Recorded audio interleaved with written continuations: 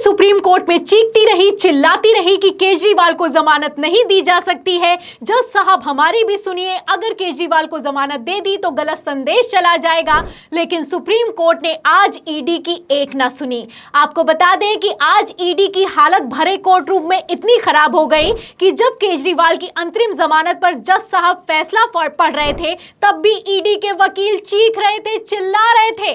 तब जज साहब ने टोकते हुए कहा कि आप अपनी दलीलें अपने पास रखिए। तो कैसे केजरीवाल की बड़ी जीत हुई है, कैसे सुप्रीम कोर्ट ने ईडी के खिलाफ जाकर केजरीवाल को अंतरिम जमानत दे दी है, सुप्रीम कोर्ट में क्या कुछ हुआ है, सबसे पहले आप केजरीवाल के वकील का ये बयान सुनिए। फिर ईडी की कितनी भयंकर फजियत हुई है मैं आपको बताती हूँ। 20 दिन के लिए इंटरिम बेल दी जा रही है 2 जून तक, और कोई कैंपेनिंग के ऊपर कोई रिस्ट्रिक्शन नहीं है। वो क्या कह सकते हैं या क्या नहीं कह सकते हैं, उस पर कोई रिस्ट्रिक्शन इम्पोज नहीं की गई है। जबकि जब ऑर्डर भी प्रोनाउंस किया जा रहा था तब भी ईडी ने रिक्वेस्ट किया कि कोई रिस्ट्रिक्शन डाली जाए, लेकिन कोई रिस्ट्रिक्शन नहीं दी गई है। और 2 जून को उन्हें 2 जून तक की ये मोहलत दी गई है इंटरिम बेल की। तो सुना आपने, ये केजरीवाल के वकील शादन फरासत हैं। उन्होंने बाहर आकर जब मीडिया से बातचीत की है तो साफ साफ कहना है कि सुप्रीम कोर्ट ने बड़ा फैसला सुनाया है और इस ऐतिहासिक फैसले में 1 जून तक के लिए सीएम केजरीवाल को चुनाव प्रचार के लिए राहत दी गई है। 2 जून को फिर से केजरीवाल को सरेंडर करना होगा।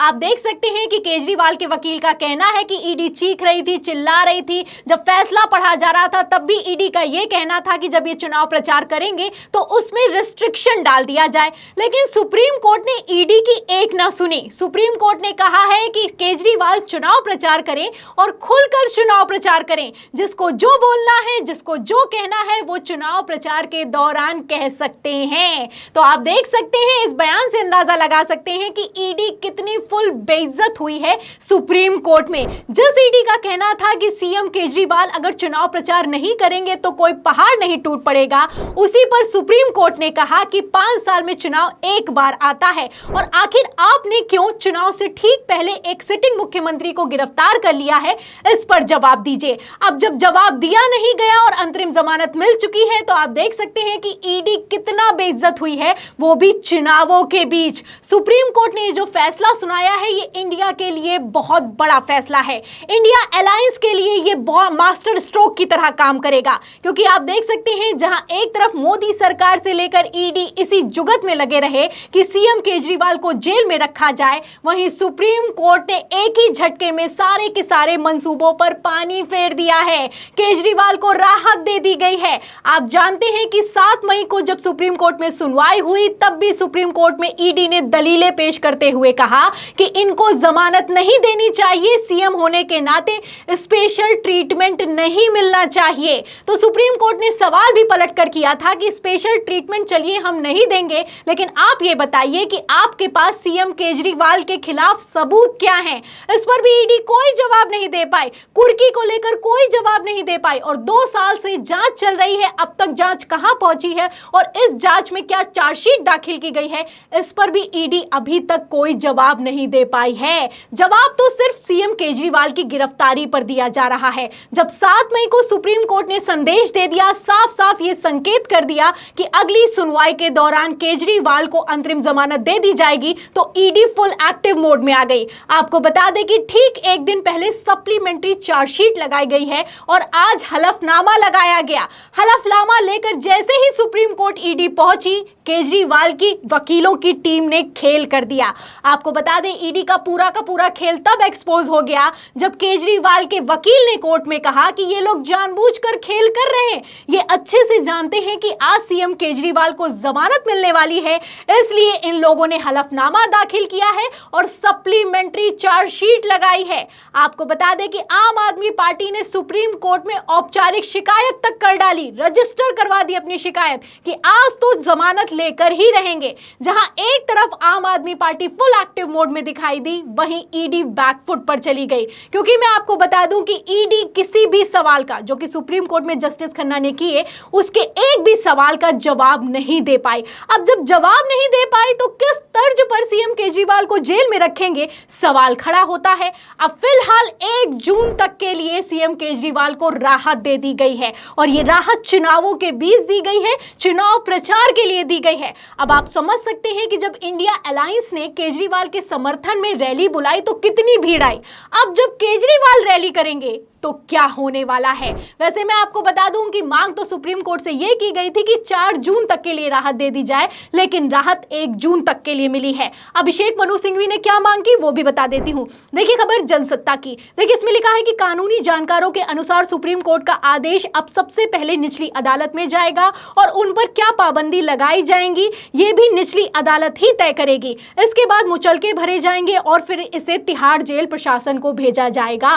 दिल्ली सीएम अरविंद केजरीवाल के आज शाम तक तिहाड़ जेल से बाहर आ जाने की उम्मीद जताई जा रही है। और आगे इसमें लिखा है कि बता दें कि सुप्रीम कोर्ट ने अरविंद केजरीवाल की तरफ से पेश वकील अभिषेक मनु सिंघवी के उस आग्रह को खारिज कर दिया जिसमें उन्हें 4 जून को परिणाम घोषित होने तक अंतरिम जमानत देने की मांग की गई थी। तो आप देख सकते हैं सुप्रीम कोर्ट ने अपना सुप्रीम फैसला सुना दिया है और मोदी सरकार चारों खाने चित हो गई है। आपको बता दें चुनावों के बीच ईडी को इतना जोरदार तमाचा लगा है जिसकी गूंज दूर तक जाएगी। भले ही 4 जून तक जमानत ना मिली हो, लेकिन 1 जून तक जो जमानत मिली है चुनाव प्रचार के लिए, उसमें सीएम केजरीवाल कैसे मोदी सरकार की ईंट से ईंट हिला सकते हैं आप अंदाजा लगा सकते हैं। जब गिरफ्तारी हुई थी तभी सिंपैथी वोट केजरीवाल की तरफ जाता हुआ दिखाई दे रहा था। अब आप देख सकते हैं कि केजरीवाल जेल से बाहर आ गए हैं और जैसे ही जेल से बाहर आने वाले हैं वैसे ही खबरें निकलकर सामने आ गई हैं कि ये बताइए कि दिल्ली की 7 सीटें कौन जीतने वाला है।